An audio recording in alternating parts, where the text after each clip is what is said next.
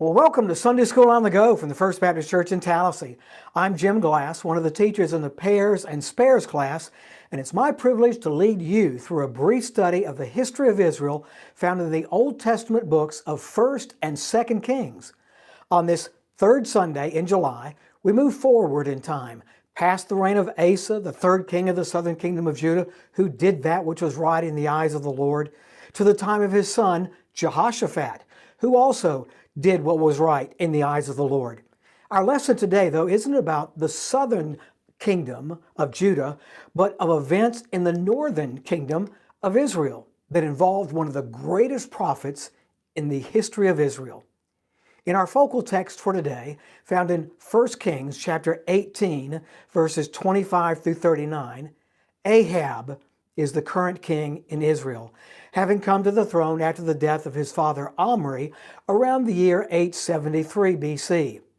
Now Ahab was a wicked king, and the writer of 1 Kings summarizes his reign by saying in chapter 16, verse 30, Ahab, son of Omri, did more evil in the eyes of the Lord than any of those before him.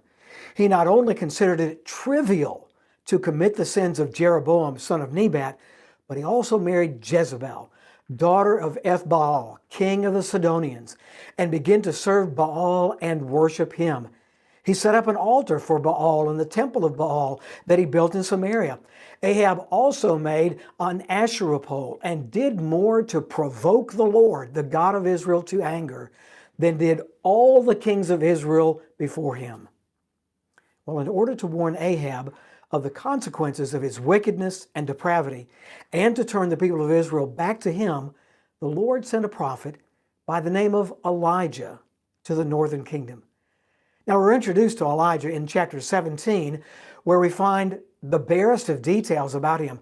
Our historian tells us only that he was a Tishbite from a place called Gilead, possibly located southeast of the Sea of Galilee. Who his parents were, how God called him to be a spokesman, and why he was sent to the nation of Israel are all mysteries. We know his name means, "My God is Jehovah," but the writer of 1 Kings doesn't even tell us that. All we know from Scripture is that he suddenly and fearlessly appears before King Ahab, telling him, "As the Lord, the God of Israel is, before whom I stand, surely there shall be neither dew nor rain these years, except by my word." Now, the lack of rain was understood to be a clear judgment from God on the sins of the people. We've seen previously from 1 Kings chapter 8, where Solomon, in his prayer of dedication for the temple, told the people, "When the heavens are shut up and there is no rain because your people have sinned against you, and when they pray toward this place and confess your name and turn from their sin because you have afflicted them, then hear from heaven and forgive the sin of your servants, your people Israel." Moses also had warned the Israelites as they prepared to enter the promised land in the book of Deuteronomy, chapter 11 and verse 16. "Be careful, or you will be enticed to turn away and worship other gods and bow down to them. Then the Lord's anger will burn against you, and he will shut the heavens so that it will not rain, and the ground will yield no produce, and you will soon perish from the good land the Lord is giving you." Because of the abominations of King Ahab and his wife Jezebel, God was judging the nation of Israel by withholding life-giving rain until Elijah gave the word. Well, that was verse 1 of chapter 17. After that, Elijah disappears. God told him to hide in the Kerith Valley, ravine east of the Jordan River. When the water in the brook dried up, the Lord sent Elijah to the city of Zarephath, where a widow supplied him with food.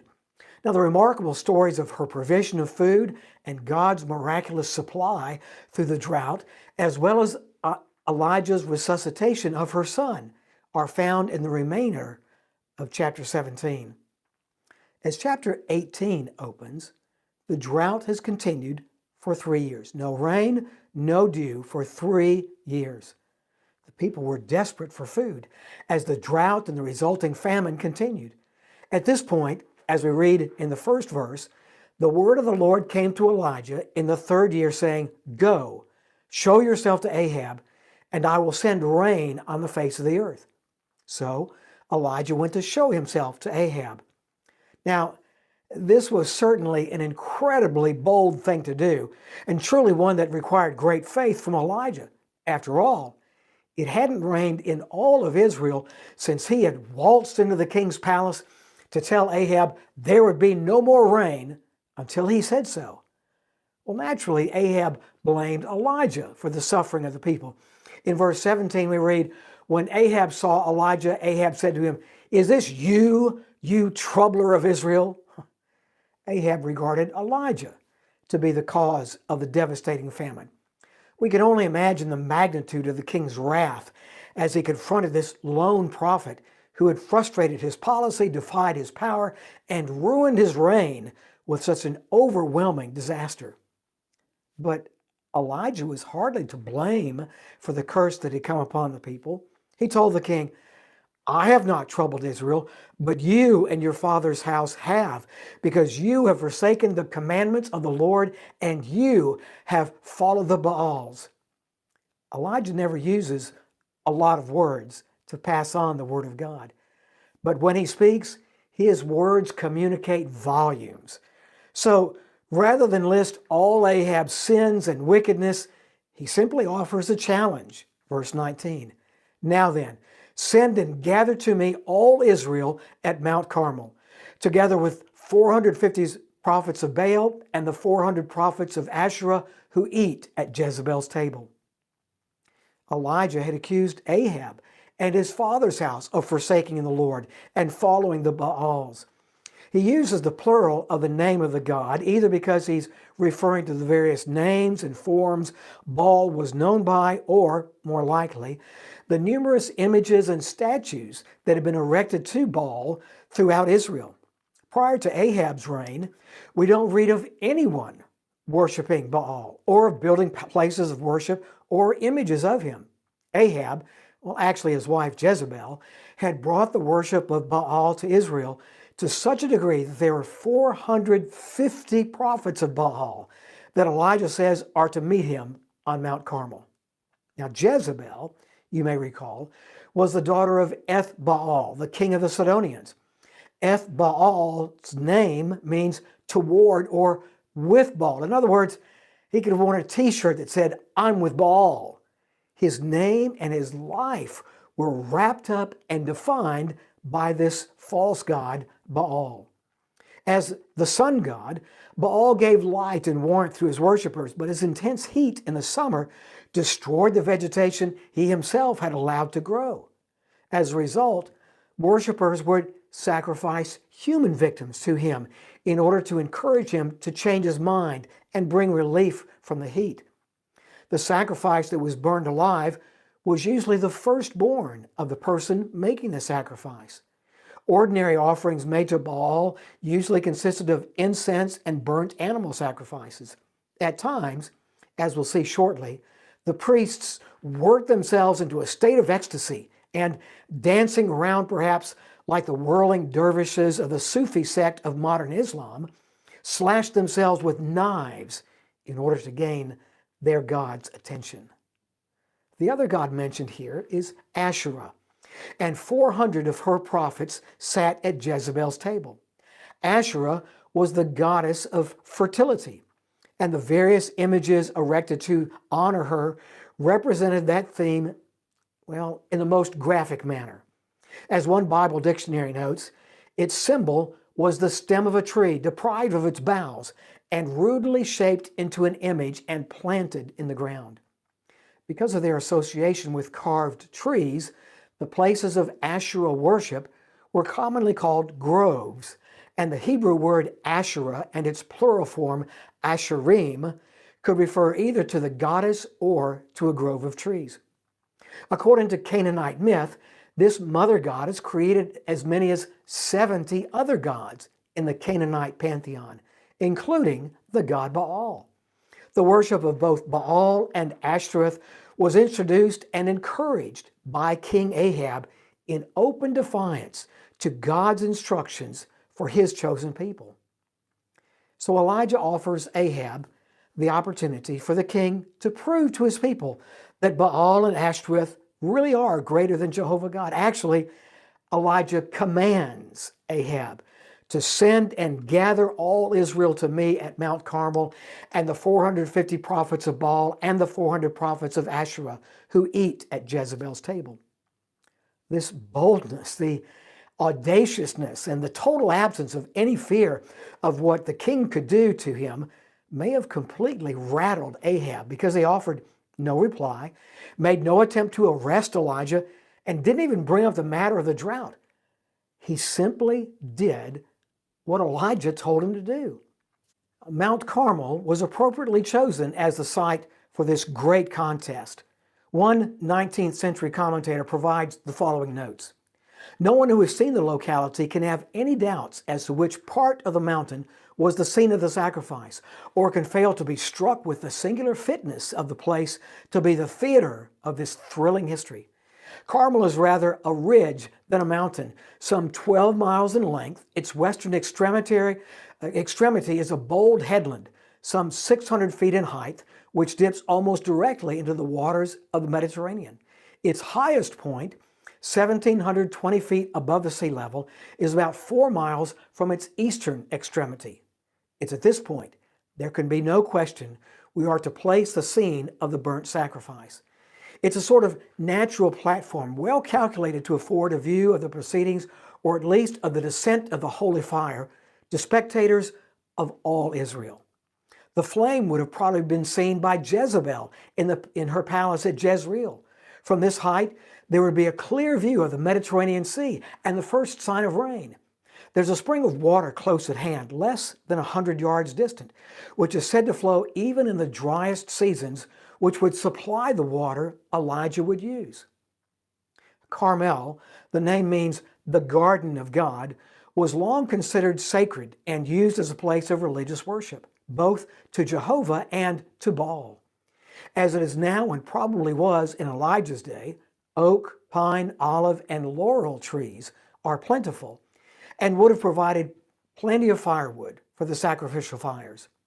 In verse 30, we find that there was once an altar of the Lord there. Today, the site known as Muraka, meaning the scorching, is marked by a statue of Elijah with sword in hand, raised to heaven.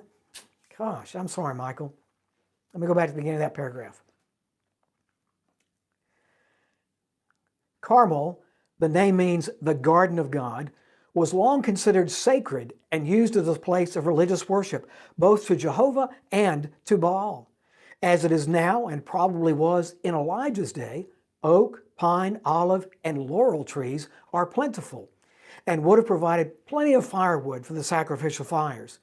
In verse 30, we find that there was once an altar of the Lord there. Today, the site, known as Muraka, meaning the scorching, is marked by a statue of Elijah with sword in hand, raised to heaven as he kills one of the prophets of Baal. So, without questioning Elijah or attempting to arrest him, Ahab does what he's told to.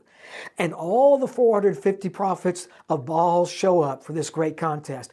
Now, we don't read about the 400 prophets of Ashtoreth being in attendance. Some commentators believe that they were able to convince Jezebel to allow them to be excused from this challenge. And King Ahab was there as well, as we read in verse 21. Verse 21. Elijah came near to all the people and said, "How long will you hesitate between two opinions? If the Lord is God, follow him, but if Baal, follow him." But the people did not answer a word. Then Elijah said to the people, "I alone am left, a prophet of the Lord, but Baal's prophets are 450 men. Now let them give us 2 oxen, and let them choose 1 ox for themselves, and cut it up and place it on the wood, but put no fire under it. And I will prepare the other ox, and lay it on the wood, and I will not put fire under it. Then you call on the name of your God, and I will call on the name of the Lord, and the God who answers by fire, he is God." And all the people said, "That's a good idea." Well, Elijah demands they decide how long they will continue to waver between two opinions. Either Jehovah is the one true God or Baal is the one true God. It can't be both. For a while, the people would follow the Lord, and then when the winds of personal expediency or political policy changed, they would worship Baal, or more likely, they tried to combine the worship of Jehovah and Baal. The only problem was, the true worship of Jehovah requires that no other god be worshipped but him. It's clear that Jezebel believed that the true worshipers of Ashtoreth and Baal required the same thing, for she had tried to eliminate the prophets of Jehovah. The same is true today. As much as people say that all religions are the same, every religion makes its own claim of exclusivity. That religion and that one alone is the true or the right religion, and all others are false and wrong, and, in some cases, should be eliminated. When Elijah speaks of himself as being the only prophet, he means that he's the only one who hasn't been forced to hide from Ahab and Jezebel. Obadiah, Ahab's chief of staff, so to speak, had taken 100 prophets of the Lord and hid them in a cave and provided them with bread and water, as we read back in verse 4. Elijah also contrasts his appearance as a lone individual on the side of the Lord, standing against the 450 prophets of Baal. Awestruck and ashamed, the multitude of people remained silent. There's no doubt that it was in part the silence of guilt. They knew that they had followed Jezebel into the atrocities of Baal worship, as well as the forbidden lust that polluted the temples of the Ashra. Like most weak minds, writes one commentator, they love to rely on a pompous ritual and a sensuous worship. It's so easy to let these stand for the deeper requirements which lie in the truth that God is a spirit, and those who worship him must worship him in spirit and in truth. So Elijah pressed ahead with the rules. Get 2 bulls for us. Let Baal's prophets choose one for themselves, and let them cut it into pieces and put it on the wood, but not set fire to it. I will prepare the other bull and put it on the wood, but not set fire to it. Then you call on the name of your God, and I'll call on the name of the Lord. The God who answers by fire, he is God. The question, who is truly God, would be decided then and there. And Elijah proposed to answer it by allowing God to reveal himself by fire. Now, sacrifices that were consumed by fire were expressions of worship in both Jewish and pagan religions of that day. The idea was that as the smoke from the fire and the burning offering rose, God would be pleased by the offering, as well as the spirit in which it was offered. If God himself were to kindle the sacrificial fire, it would prove that he accepted the sacrifice as sufficient and pleasing, as well as the fact that he was powerful enough to ignite the fire.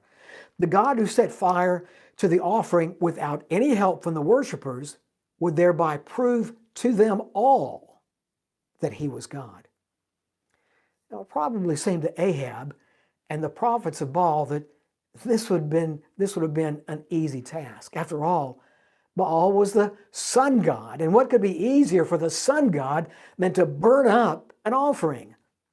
Now, Elijah probably knew that God had answered by fire on at least 2 previous occasions, when Aaron made the very first offering to God in the tent of meeting, recorded for us in Leviticus chapter 9, and when Gideon made a sacrifice to the Lord, as recorded in the book of Judges chapter 6.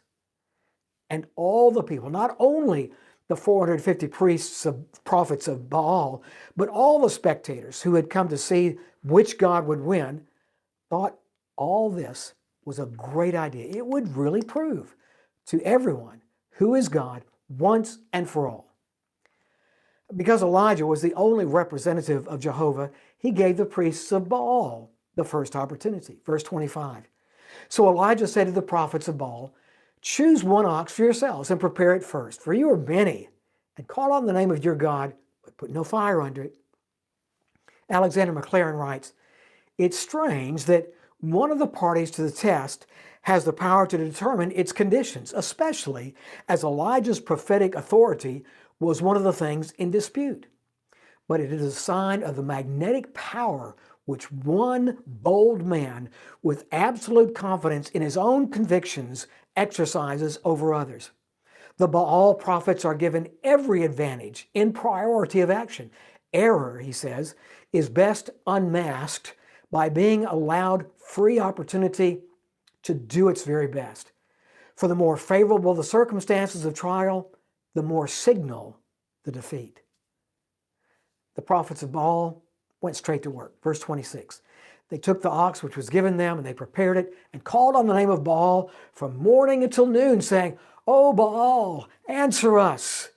They butchered the ox according to their rites and ceremonies, cutting each piece and laying it in its proper place on the logs, just so, reverently, respectfully, worshipfully, carefully considering the great weight of the decision that would be made, based at least in part on their diligent attention to the exact details of preparing the sacrifice, so Baal would receive it, and thus prove that he is the God who was to be worshipped. With the sacrifice in place, the prophets then began their ritualistic appeal to Baal to accept the sacrifice by lighting the fire, thus proving that he was God. From morning till noon, so our historian tells us in verse 25, many of them with wildly waving arms, others with their foreheads in the dust, they upraised the wild chant of their monotonous invocation, Baal, hear us, Baal, hear us. On the one hand, the wild chorus of 450 prophets surely echoed loudly off the rocks there on Mount Carmel, but there was nothing but dead silence in the heavens. McLaren writes, the monotonous and almost mechanical repetition of the invocation, prolonged till the syllables have no meaning to the yelling crowd, is characteristic of the frenzied excitement so common in idolatry. To call such howlings prayer degrades the very name of prayer. They are the very opposite of that sacred communion of a believing soul with the God whom it knows, trusts, and beseeches with submission. Neither knowledge nor trust is in these shrieks, which seek to propitiate the stern God by repeating his name as a kind of charm. Heathenism has no true prayer, he says. Wild cries and passionate desires flung upwards to an unloved and unloving God are not prayer. And that solace and anchor of the troubled soul is wanting in all the dreary lands given up to idolatry as this. The melancholy persistence of the unanswered cries may stand as a symbol of the tragic obstinacy with which their worshipers cling to their vain gods. The silence, which was the only answer, is put on in strong contrast with the continuous roar of the 450. So long and loud the cry, so unmoved the stillness in the careless heaven. As the day wore on and the voices grew hoarse and hope declined, more violent bodily exercise was resorted to, and the shouting crowd danced as if that might bring the answer. Through all this crying out and leaping up in a vain attempt to persuade Baal to accept their offering, Elijah had been silent. But now, when noon came and still no fire descended from heaven, he mocked them. Now, surely if ever was their time as the sun stood straight above them, blasting the full force of its heat on the mountain below, now was the ideal time for the sun god to display his power and send just one of his abundant fiery beams to light the sacrificial fire to his honor. Their cries rose and fell, yet heaven was silent. There lay the dead ox, rotting under the burning sun. There was both their God and the visible sign of his presence. No consuming fire fell, even when the sun was flamed in the heat of that cloudless sky. There was no voice, nor any that answered. Nothing. Verse 27. It came about at noon that Elijah mocked them and said, "Call out with a loud voice, for he is a god.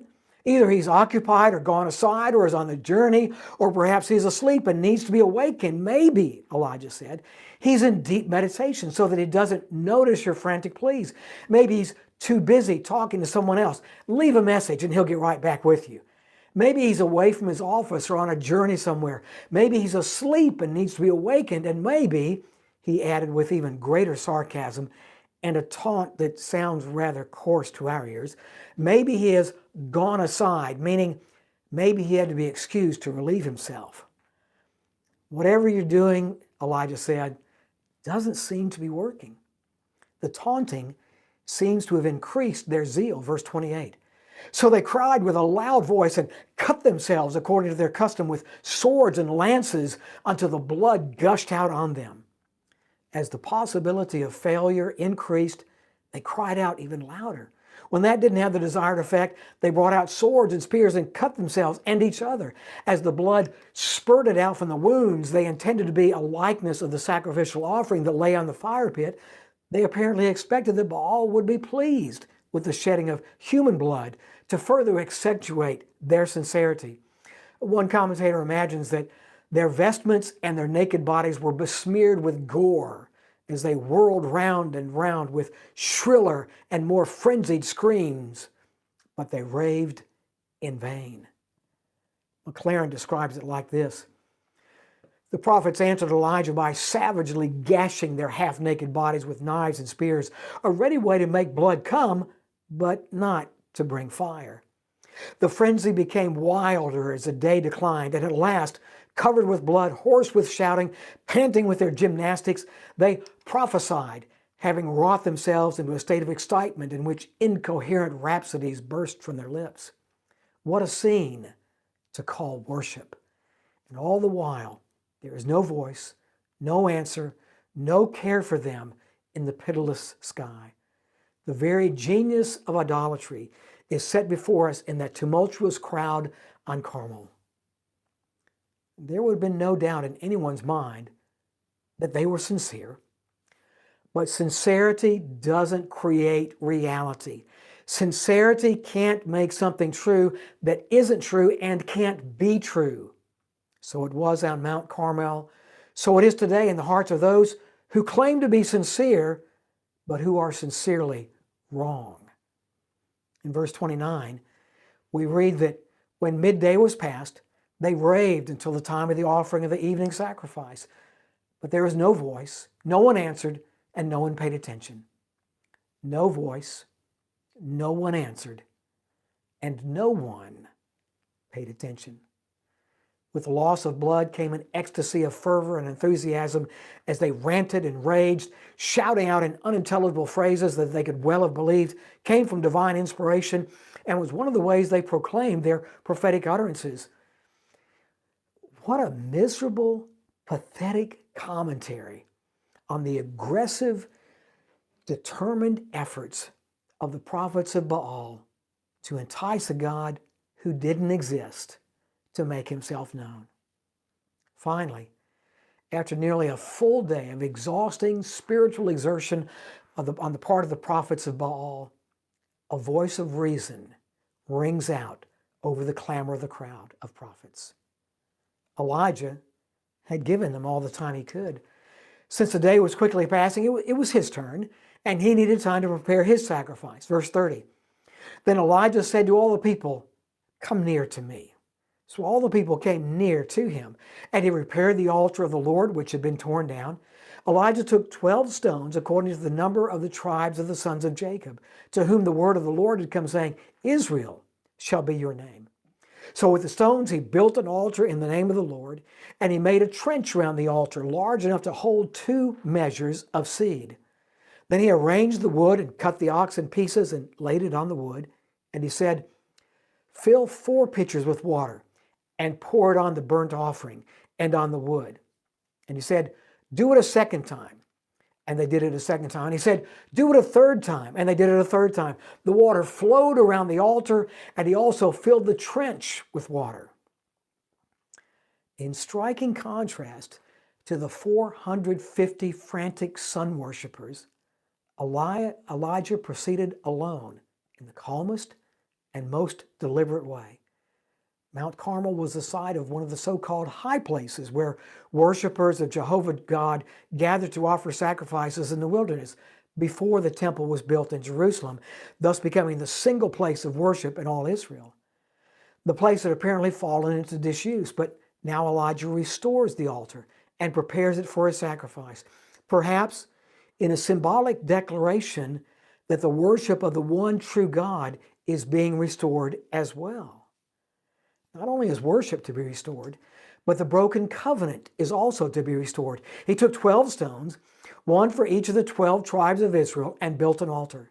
The 12 stones were a practical declaration that the division of the kingdom into two separate nations was contrary to God's design for his chosen people.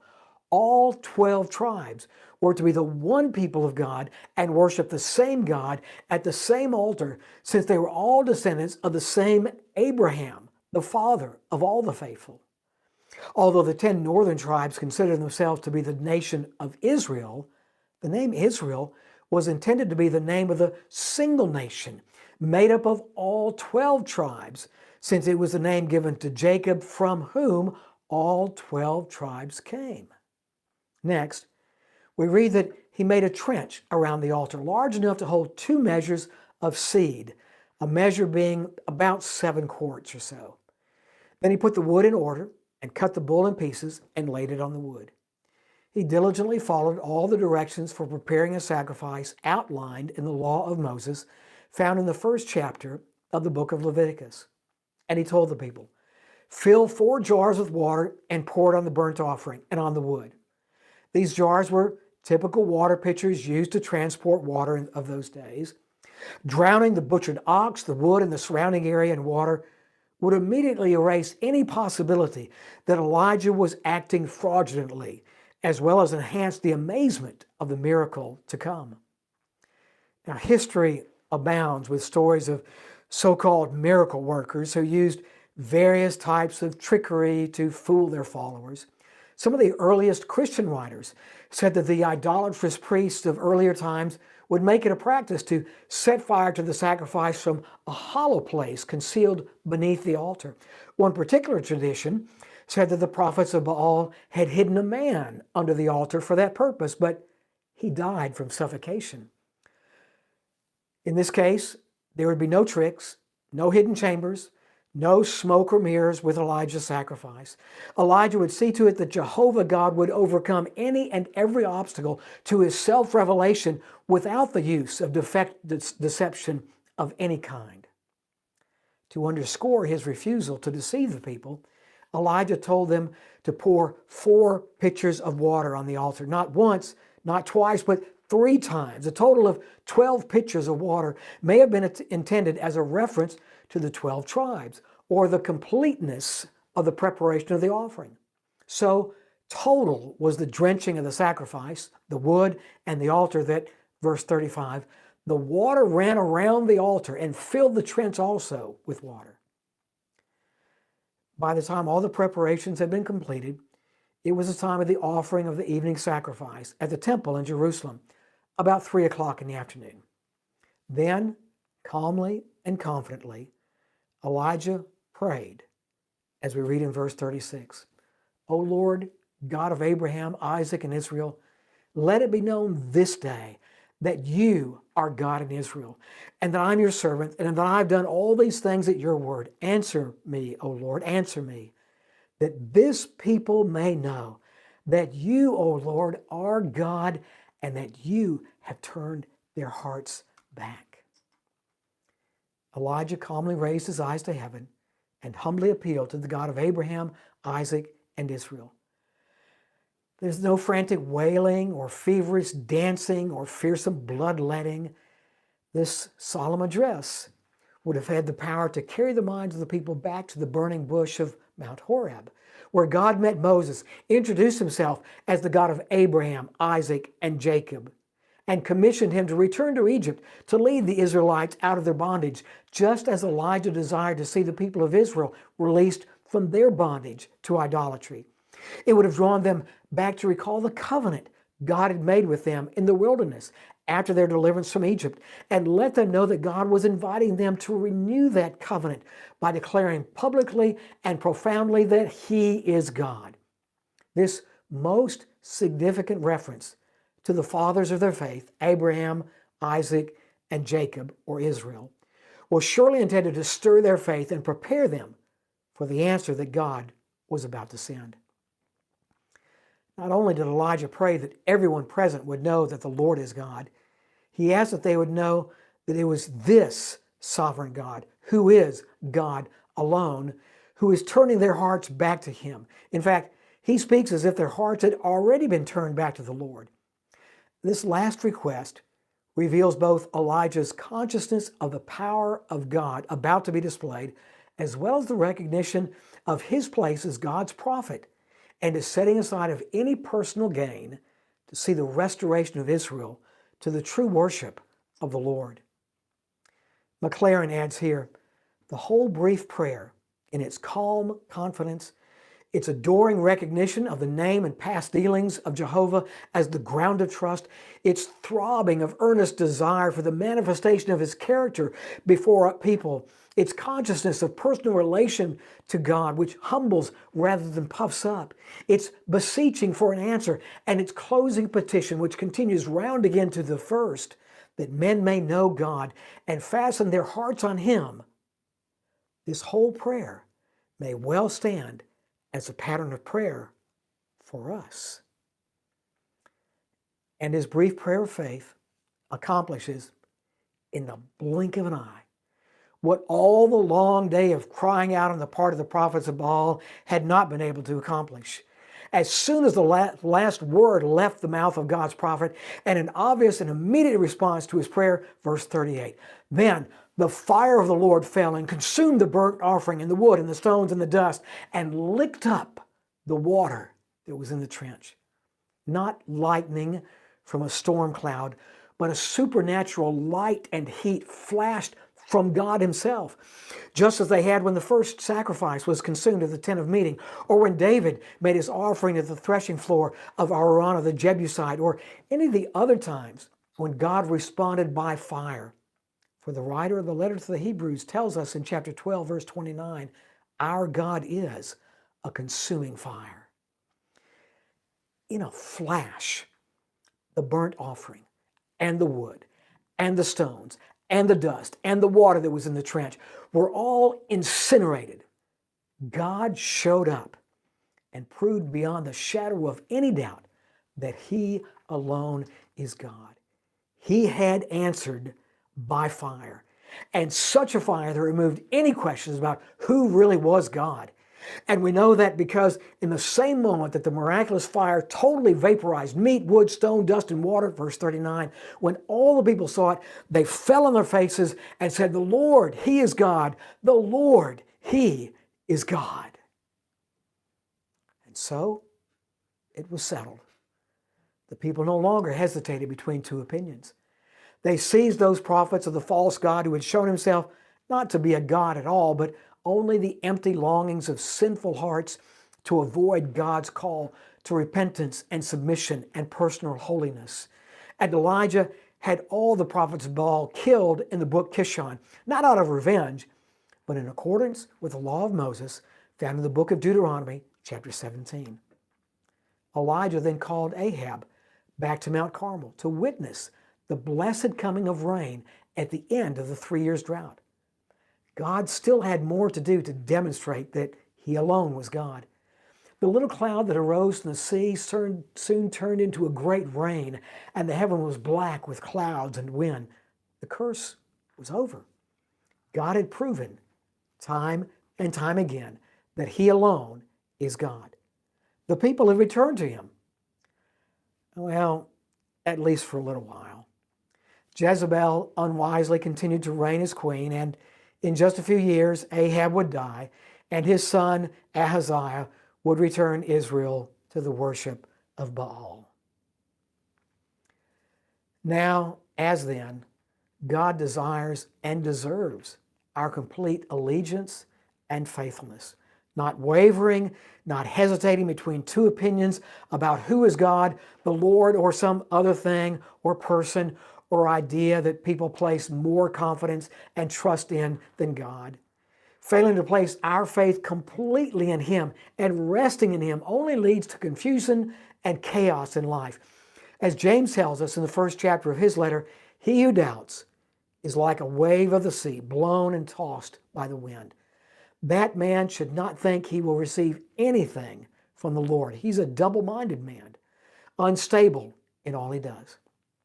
How completely God demands an undivided heart, we plainly see when the Lord says to the lukewarm believers in the city of Laodicea in the book of Revelation, because you are lukewarm, neither hot nor cold, I am about to spit you out of my mouth. Still, God reminds us through His Word and in our hearts that He is God, and He is God alone. As a result, our response should always be that of the people on Mount Carmel. The Lord, He is God. The Lord, He is God. Well, thank you for being a part of our brief survey of the story of the kings of Israel and Judah and the enduring message they provide for us in our own day. As you consider your own walk with the Lord, let me encourage you to recall the many times in your life He has proven Himself to be God, that you would be wholly committed to Him, trusting in Him in all things. Next week, we follow Elijah to the place where he had escaped out of fear of the wrath of Queen Jezebel to walk with him through a crisis of faith in his own life in 1 Kings chapter 19, verses 9 through 18. As always, as it's still a good thing to do, keep calm, trust in the Lord, and wash your hands. God bless you.